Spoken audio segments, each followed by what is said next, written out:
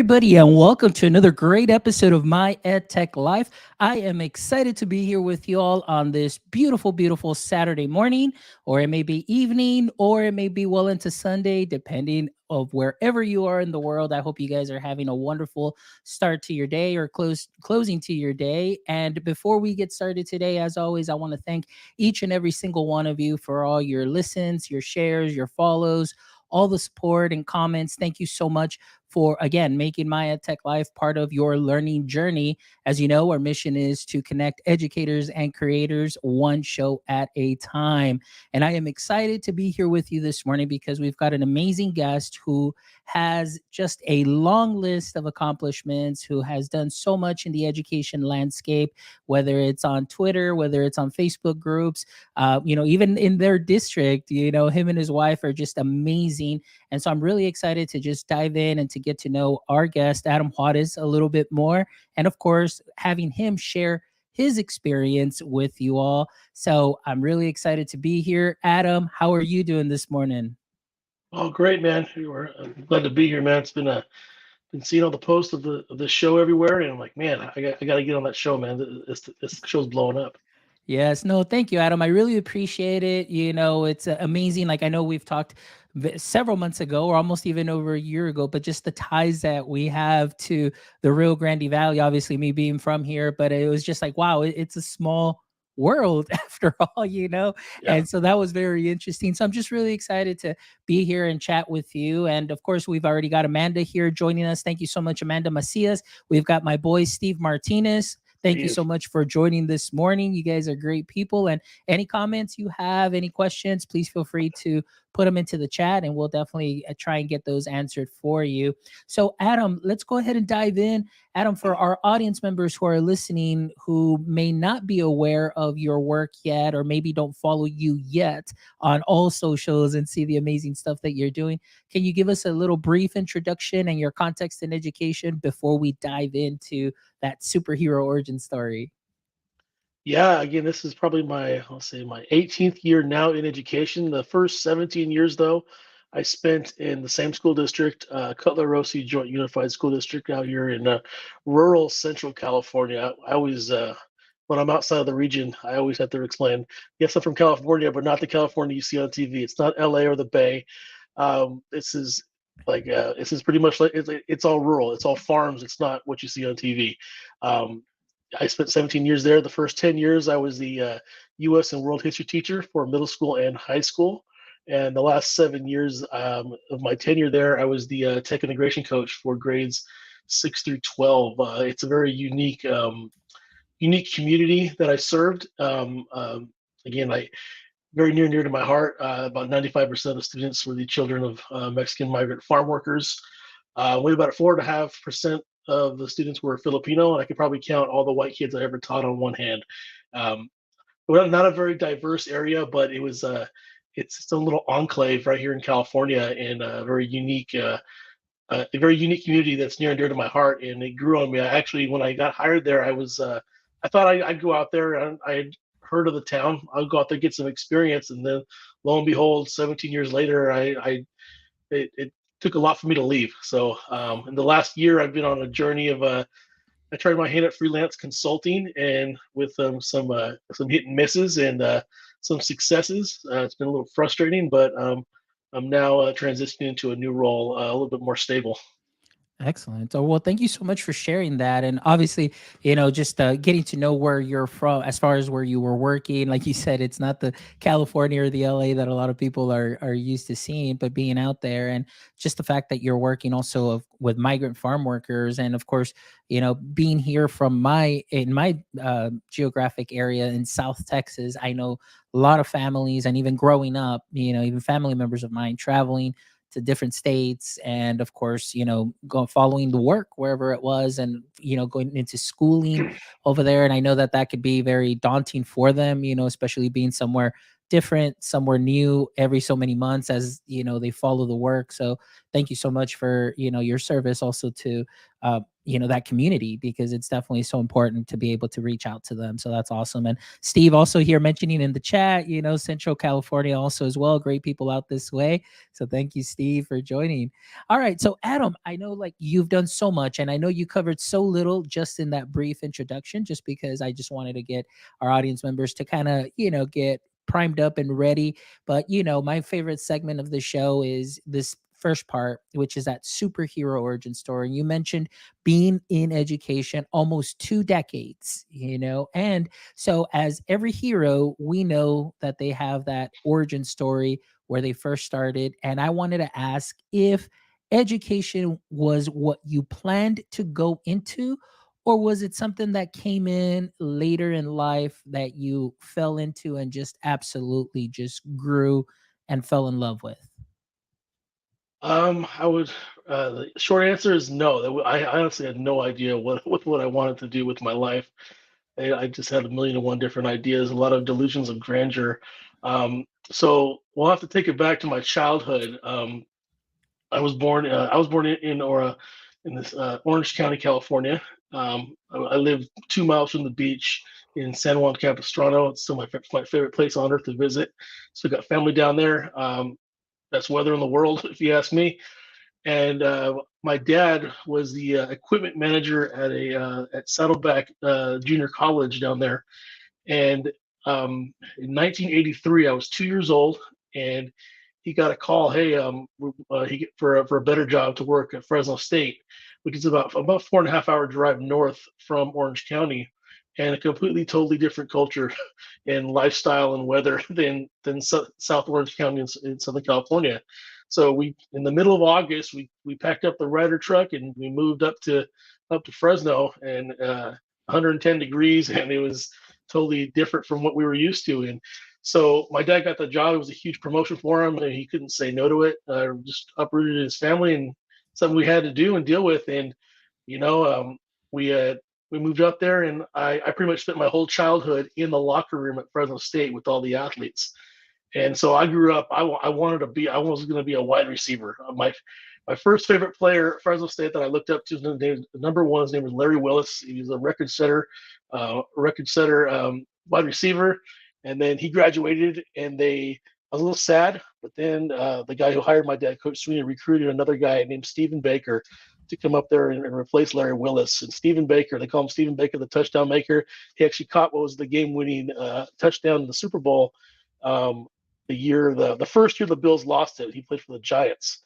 And Stephen, I liked him because I was a little guy. I was really kind of scrawny, and he was a little guy. He was fast. So I looked up all to the short little players, and he always took time to talk to me and play with me. He let me after practice or games. I'd ride a skateboard around the locker room, and really connected with me when I was a kid. And I'll never forget watching a halftime feature on him on our local it's our local Fox affiliate now, Channel 26.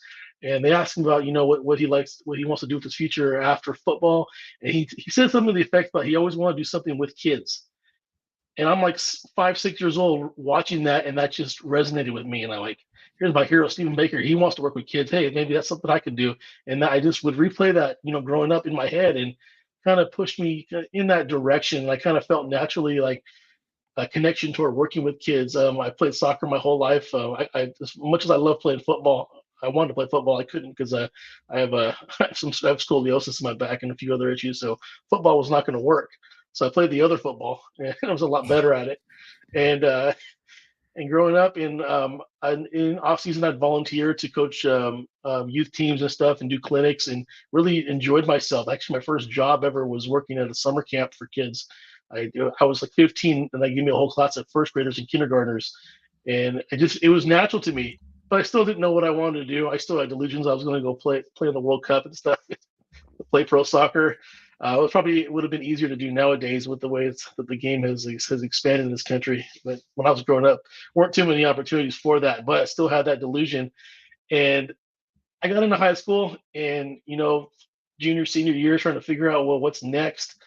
didn't know really what I wanted to do. I knew I wanted to continue playing soccer, and so I remember walking out of a from lunch out of a history class with one of my best friends. His name's Adrian, and we were just kind of talking about what we want to major in, and I just instinctively said, I want to major in history. And he's like, dude, what are you gonna do with history? You can't. When jobs are out there, and I just instinctively, without saying, I can teach. And that was the second kind of moment where it kind of, oh, okay, maybe this is what I want to do. And so Stephen Baker kind of wanted me to get working with, loving working with kids. And then there's this instinctive moment that, hey, you know what? I love history. I can teach. I didn't even think about it. It just came out. And that kind of, those two moments were those kind of those watershed moments, I would say, that guided me towards education. And like I say, I haven't looked back. Man, that is great, and that's such a great story, honestly. And this is why I love this segment of the show because, like we were talking a little bit, pre-chat, it's, people that are on social media, they see the work that you do because, I mean, you put out so much great content, on Instagram, on Twitter, so much shares that you put out there, your blogs and everything. And I know I've been sharing the website, already here on the chat, but just to hear that story of where you got inspired from, it for me, it's so important for our audience members to make that connection because some of them may have something similar or similar story, or they can find something within that story that's definitely going to inspire them too as well. So thank you so much for sharing that. And for Mr. Stephen Baker, touchdown maker, thank you so much for what you said. So Adam can be part of this education landscape and do what he does, and he does it very well. So thank you so much, my friend. So that's kind of for a little bit before I know you have taken on a new role, but before we get into that, talking a little bit about ed tech and being a Google trainer and obviously also a Google innovator as well. So I just wanted to ask you, you have your do tech very well. You put blog posts up. You're always current and up to date with the latest trends and the latest great practices with technology in the classroom. So at this moment, I just wanted to ask you, what are some of the tech, I guess, either tech tools or trends that you're seeing that are being implemented in the classroom that are working well? Working well. Yeah, I wouldn't say there's one thing that I would say that I'm doing well. I know right now, I guess the big thing that's on the tip of everyone's tongue is AI, and a lot of people are afraid of it, and there's a lot of people embracing it. I actually was very excited to see my good friend out from Kentucky. I'm sure we all know Donnie Piercy. He was featured on Good Morning America about how he was using AI with his fifth graders, and I think that was a very powerful statement that they actually put him out there because the knee-jerk reaction to AI right now for probably most teachers is, oh no, plagiarism, the teachers are going to be replaced. I'm like, no, this is a huge tool. And I was having a discussion with my mom who's retired, and her old school knee-jerk reaction was like, oh, people are just going to cheat and stuff like that. I go, and I said, no, think of it this way. Think of around the early 20th century when the Model T brought the automobile to the common man. All of a sudden, it was a new tool that made things a lot faster. And actually, we had this conversation. We were watching an episode of the Yellowstone spinoff, 1923, where Harrison Ford's character is kind of scoffing at all these cars now instead of riding horses. Like, well, you're not going to need to learn how to ride a horse anymore. Well, I guess not, but we're gonna have to evolve with the times because the automobile, they call it the motor car, is coming, and I think ChatGPT and AI and all these other great AI platforms are similar to that. We have to learn how to use it properly with kids and empower kids with these tools because it's not going to go away, and if we don't empower the kids to use this in the classroom to enhance their learning and show them, okay, here's how it can be done for evil with plagiarism and stuff like that, but here's how you can do it to really empower yourself to take control of your own learning experience. That's the opportunity. That's the mindset we have to have. And I guess we're always evolving, and we can either fight the evolution or we can roll with it. And that kind of takes me back to my first year of teaching. I know if my friend Kyle Anderson's watching, he's going to laugh at that statement just because that's a whole inside joke. But my first year of teaching, I remember struggling like any first year teacher was, and my veteran teachers in my department are like, hey, just get through the year, survive it, and then next year you have everything already made, and you just, it's cruise control. And I'm like, that never sat right with me. And over the years, I've never taught the same lesson 2 years in a row the same way. It was always evolving. There was always something new I was learning. And as I got into tech, it just even got even the acceleration of learning and new ideas just kept on coming. So again, back to the idea of AI, I think that's really what we need to focus on, because it's not going anywhere. I mean, Microsoft is putting it right into all their suite of tools. They're really soon they're going to put Bard into everything that they do, and I mean they already kind of have it there a little bit, but it's going to be fully blown and integrated, and we have to be on top of it and really show these kids of how it can be useful, because too often technology for students can be seen as a toy, and we need to show them that it's also a very powerful tool. Excellent. No, and you know what? That statement that you said at the end, that technology can seem like a toy, instead of a tool. I mean, I think to me that goes for teachers as well, oftentimes because we may just use it just, hey, here you go, get on here and kill some time or whatever. And, you still do what it is that you need to do. But for everybody, I mean, I think it's just that evolution that you said. And now, I agree with everything that you're saying as far as AI and AI in the classroom. My biggest concern still obviously is just going to be the data privacy and everything. And just because, and I just wanted to throw that in there because right now I'm doing doctoral Yeah. research on it. So there's definitely the good side, there's definitely the bad side. I'm not going to talk about that, and this isn't going to be a back and forth or anything like that, but it's just some things that, because it's in its infancy, there's just some things that we just need to really look into and dive in deep. But I absolutely agree that this is here. As students grow up, it's still going to be there, and it's only going to get better. Things are going to get better, and even for teachers as well. And I love that you said, don't you can either fight it or you kind of adapt to it. But I love the adapt part that you mentioned, because even like you said, from your first year teaching, the way you taught your lesson that what first year, going back and revisiting, you make those tweaks, you make those edits, it takes a little bit of time. And then, of course, you said with technology now, the way it is, it definitely makes things a little bit faster to be able to do those things and enhance the learning experience, which is what we want, which is something that you mentioned too. So I am with you on that as far as tools that can save teachers time, tools that can help students create a better learning experience where they're having also even to dive in and say, okay, is this information really accurate? You're still having to curate that. You need to find those citations, you need to find those sources, but those are all skills that you're going to need as we go on and as the tech always gets better. I wanted to add here into this comment also that went along with what you were saying about that movie that you were talking about with the Model Ts and everything. But Amanda here shares, she says, when the pencils, the calculator, and the computer was created, when maybe educators, we all thought the exact same thing. And so, yeah, I definitely agree with that. So thank you for sharing that. And of course, big shout out to Donnie Piercy also as well for the work that he's doing in the classroom and for many teachers that are out there using it. So Adam, I want to talk a little bit too, now that we talked a little bit about that tech component, but I also want to talk about the work that you've put out there too as well. I want to talk about, you're wearing the sweater, and that's the one thing I would definitely want to talk about there too, which is the Complete EdTech Coach.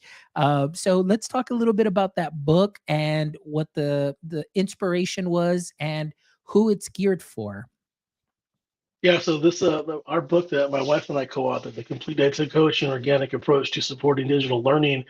When we first became tech coaches, roughly around the same time, around 2015, when we both got into that role, there was no book on tech coaching. There's always been books on coaching, but tech coaching is a completely different animal. And we had to learn. It was a trial by fire. We were learning on the job. We pretty much made it up as we went. And when we first met, we were just two tech coaches in the region, and we met professionally, and then that kind of blossomed into our marriage. But it was as our relationship grew, it's these conversations in the car we would have about wins and wins and that we had as coaches, and struggles that we had, and how to reach especially the hesitant teachers, because Hesitant teachers, there are those early adopters and innovators. They're easy. It's the hesitant teachers. That's where you really those are the hearts and minds you have to try to change to get them on board with the entire culture, with the entire paradigm shift pedagogically. And it was those conversations, and then we had a lot of similar blog posts, and we're like, you know what?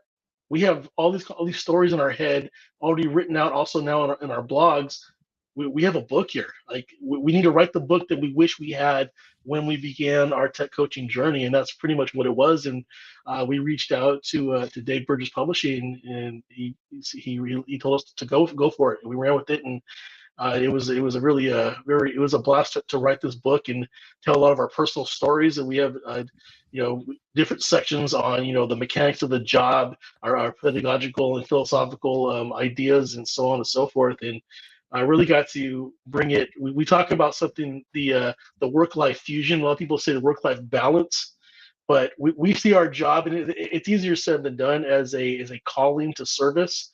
If it's a calling, you don't have a balance.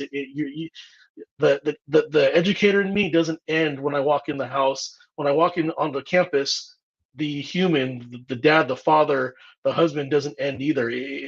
It's throughout my day. I don't. There's no switch. There may be a pause button here and there, but there's no switch.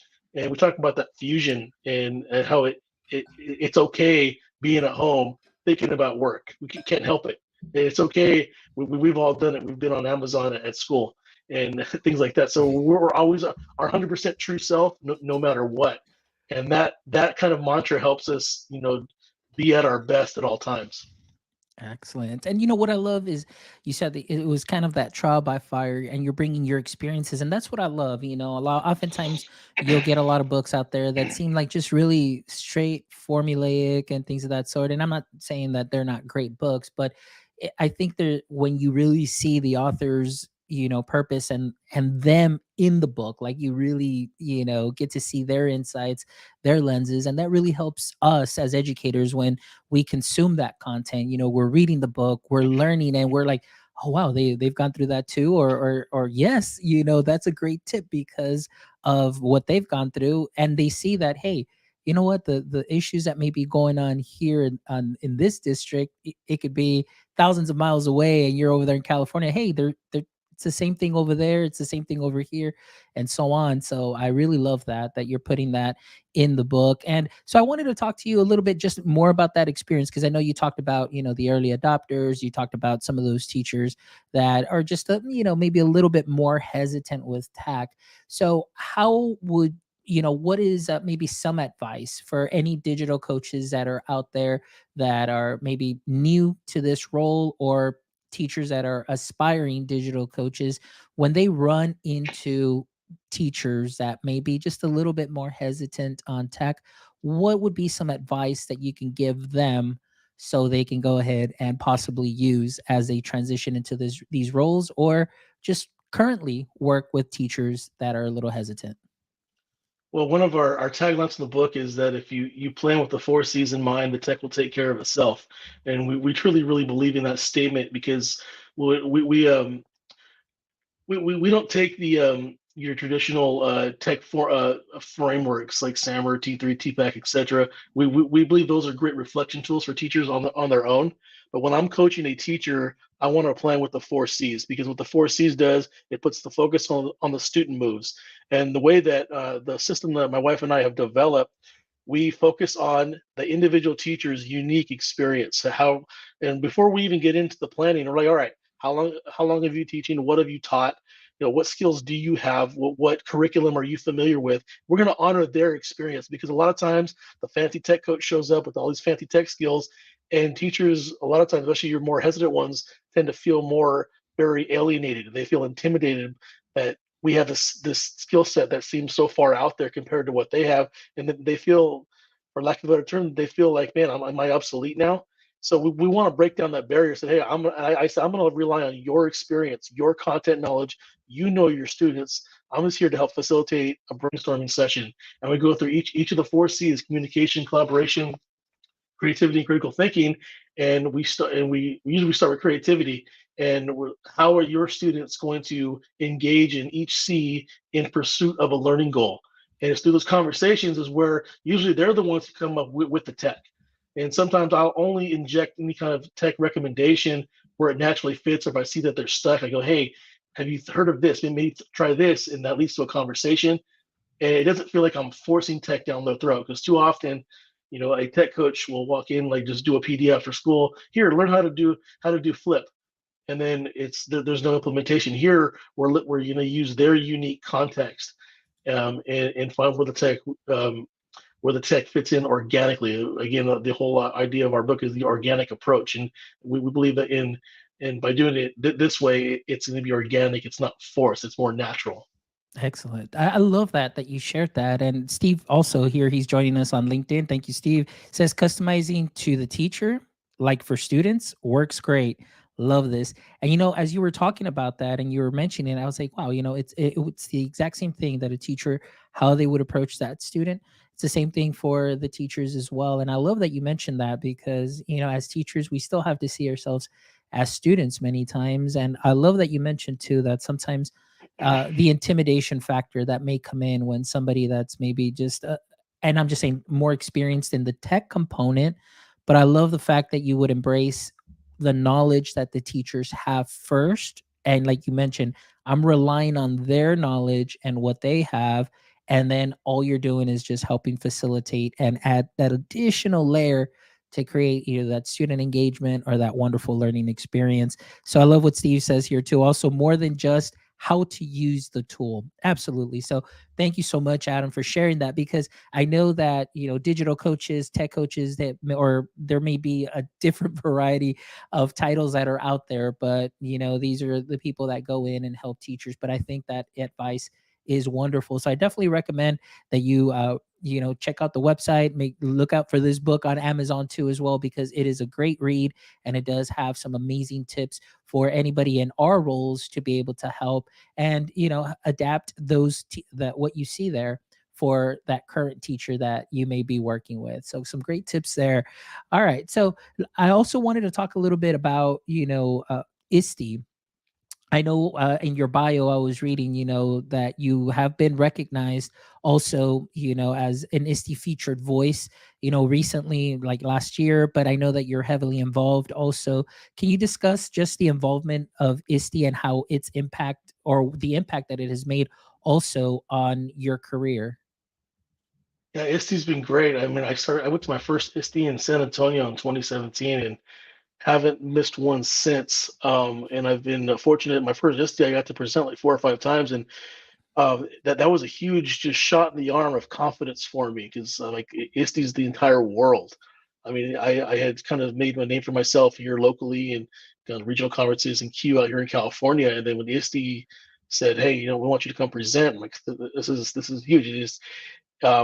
It's funny how a lot of my whole tech coaching, in my experience in ed tech, really kind of got jump started just through the idea of presenting, and I kind of threw myself into just throwing my name in the hat for all these different conferences, and I started getting accepted, and that it one just each time it just built my confidence. And when ISTE called and, hey, we want you to come present here, I'm like, this is just massive. I got to go fly out to San Antonio and do this stuff, and just connect with you were mentioning about how we may be thousands of miles away, but we have a lot of shared experience, what my experience was relevant to people across the world, and a lot of times to me doesn't feel very innovative, doesn't feel very big, but to someone else it does. And just the opportunity to meet people. I know through our my it's now defunct now, our Twitter chat, CV Tech Talk, we happen to get people from around the world randomly would join in, actually from Europe and the Middle East. And there was a lady who joined from Israel, and I got to meet her at ISTE in 2019 in Philadelphia. She came to my poster session, like, "Hey, I'm so and so from Israel. You remember me?" I'm like, "Oh my God, this is just a." So it was just so exhilarating to meet these people, and how you know the ideas that I had for my classroom, for the teachers that I served, were positively affecting education all over the world. And the best thing about that for me was that the feedback I'd get from teachers across the world, especially at ISTE, meeting them face to face, I could now go back to my small community in rural Central California, and I would tell the kids, I go, hey, the stuff that you were doing in my class, or you were working when I was working with your teacher, is inspiring people around the world.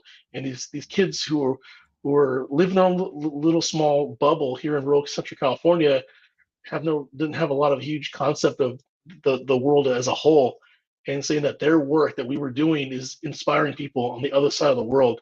It was so empowering for them. And I could see kids wanting to try harder. That, hey, if I do really good work with Mr. Juarez, he's going to put it on his website and he's going to tweet it out, and someone else is going to learn from it. And just those connections at ISTE that brought the world to me was just exhilarating, and it really just continues to give me a huge confidence. Man, that is amazing, and I absolutely love that, Adam, because again, like I said, people see what you put out. They see that finished product, but they don't get to hear about these experiences, the work that you put in, getting into these conferences, getting asked to present, and then of course the connections that you're making because you're a connected educator. Like Amanda said here, her comment was hashtag community. You're really building that community. And although you said, for the Q chat, it's California based, but man, it reaches the world because once you put it out on social media, it's out there. And the fact that you got to meet that educator at ISTE at the poster session, I absolutely love it. And I agree with you. What a shot of confidence that something that you're doing thousands of miles away is having an impact on somebody somewhere else. So I think that some of the best advice maybe that I can glean from this too as well is number one, get connected to ISTE. And like Sherry says here, Sherry Fleischer, hashtag ISTE cert, get connected with ISTE, but also like yourself, putting yourself out there, putting what you're doing out there, because you never know that one thing, that one little piece of content that you put out can make a huge difference for somebody anywhere in the world that may get that. So that's awesome. And I love that experience. I still yet to make it to an ISTE. I've never made it out there, but I definitely need to save up to make it out there. And hopefully one of these days I'll definitely run into you over there in ISTE, or maybe even at just another conference locally, but I definitely be very excited for that. All right. So Adam, I know that you've currently transitioned into another role, so I definitely want to give you an opportunity to share now, based on all the hard work that you've done, putting in 18 years in education or in the classroom work, and of course your consulting work, your everything work that you do. Obviously doors open up, and now you've had the opportunity for a wonderful door to open up. So can you tell us a little bit about your new role that you will be taking in? Yeah, I recently, this last week, accepted a position at our local county office to be the EdTech consultant there. I'll also be taking on some of the work for consulting for some of the history work out here. In addition, I know in California, they're in the next year or so, there will be mandated ethnic studies classes in high school, so that will also be part of the work. So very excited. The history teacher in me is excited to do history and ethnic studies, and then to continue a lot of what I've been doing I did it in my old district. I did it as a consultant. Now I get to kind of do it full time with the backing of our local county office, and a lot of great people, plus really smart people in that room. I get to learn from every day and get out there and see more of our area. A lot of the communities that I'll be serving are very similar to the community that I worked for 17 years.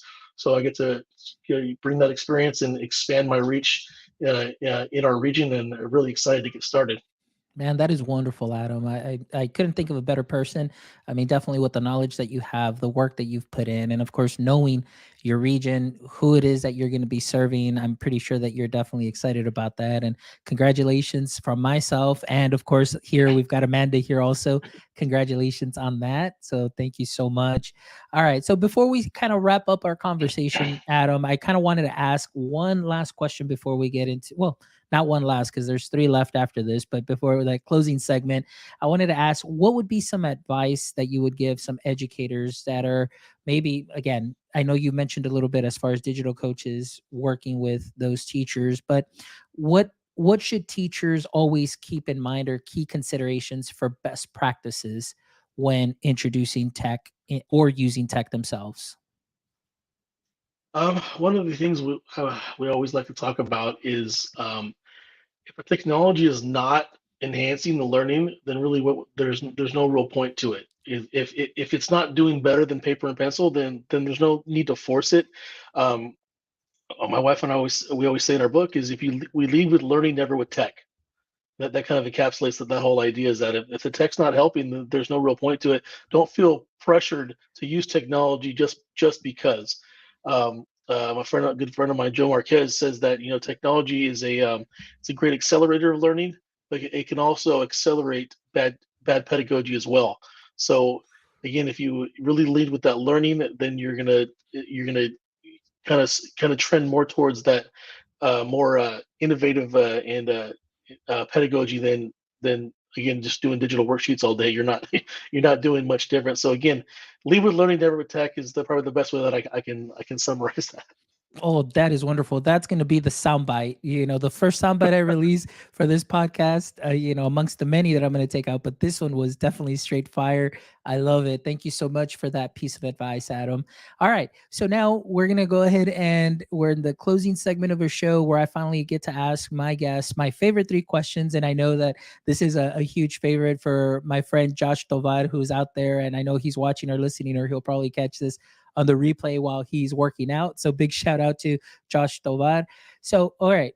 First question, Adam. In the current state of education, what would you say is your current edu kryptonite? Oh man, Edu Kryptonite. That's a good one there. A lot to pick from. One thing I always like to say, I know what I know, but there's also probably more that I don't know, and there's something I don't know. I know someone who does, but I would say the thing that I need to get better at, and is would be the computer science component. I have very little experience with that, and I know if I don't get better with that, that could definitely slow my career down, and something that definitely is very important in the current state of education. Perfect. Excellent. Great answer. Absolutely. And like you mentioned before too, with computer science, that is definitely something that is huge. There's a huge push.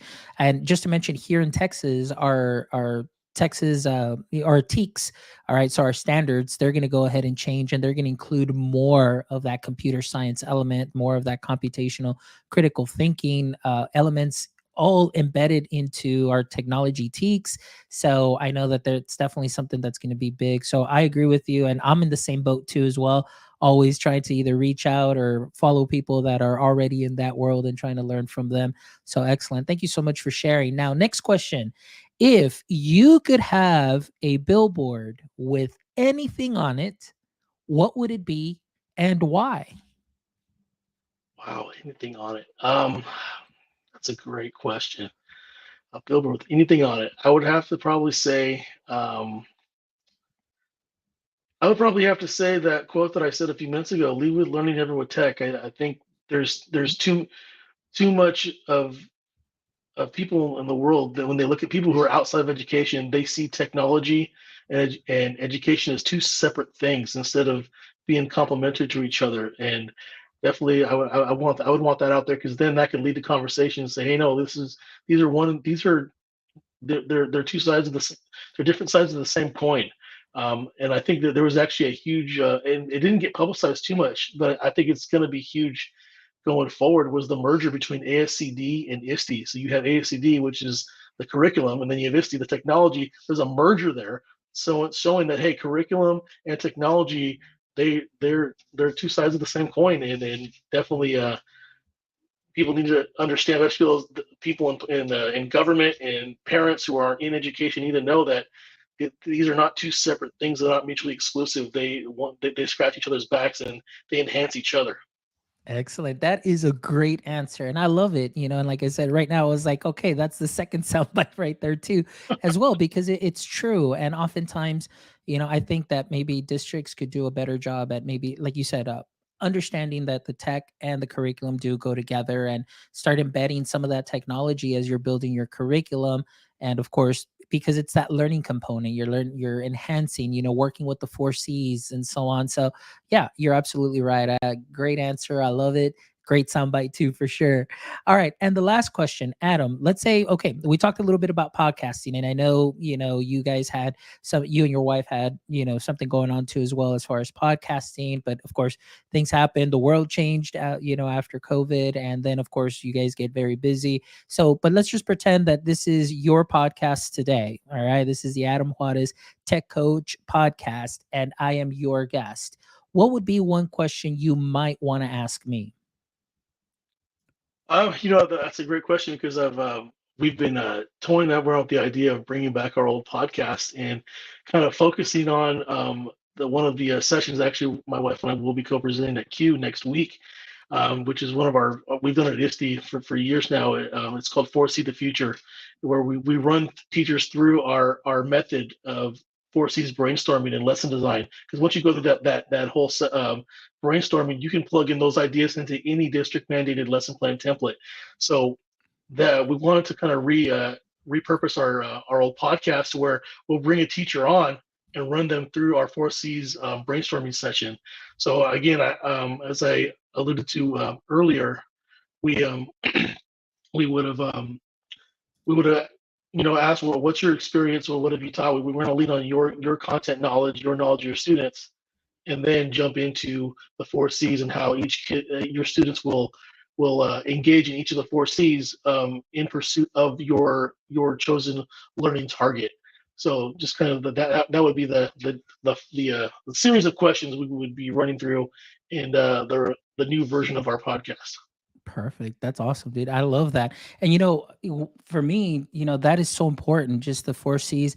But for me, and this might be a different approach, or maybe, and I always, people are always like, that's it. Like, what advice and things of that would you do? I always say, you keep it simple. And I think the formula that you have, walking them through the four C's is just something amazing. And I absolutely love that title, Foresee the Future.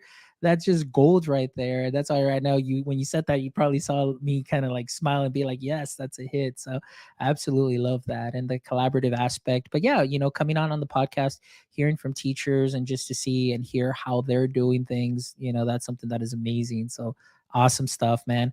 Hey, Adam, it has been an amazing conversation. Definitely, you filled my bucket today, my friend. Just also hearing your story right from the beginning, with Stephen Baker, touchdown maker, and how that made an impact on you, led you into teaching, and then of course doing the amazing work that you're doing and that you and your wife continue to do through the book, through all the digital content that you put out there for us to, as we continue to learn and evolve. And so I really appreciate you and appreciate the work that you both are doing, because we definitely need more of that in the education landscape, because I think it's a positive for new teachers, aspiring teachers that are coming in to say, hey, I may feel overwhelmed, but I know that by connecting with amazing educators such as yourself and seeing some of the resources that you put out, kind of brings a little bit of relief. And so thank you so much for what you're doing, my friend. And before we wrap up, and I start closing out the show, please let our audience members know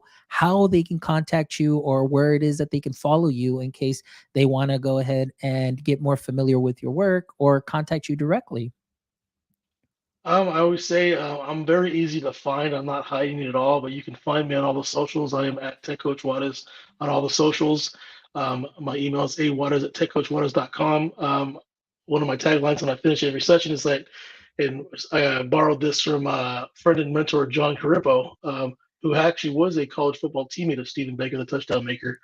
But he always, I stole this from him. He's like, hey, when you have a session with me, you have free tech support for life. So my wife and I, we always say, whether it's email, social media, however, you know, we always respond within 24 hours. Whether it's today, tomorrow, a year from now, we kind of hold ourselves to that because teaching and learning is a collaborative sport. We shouldn't be doing this in silos, doing it alone.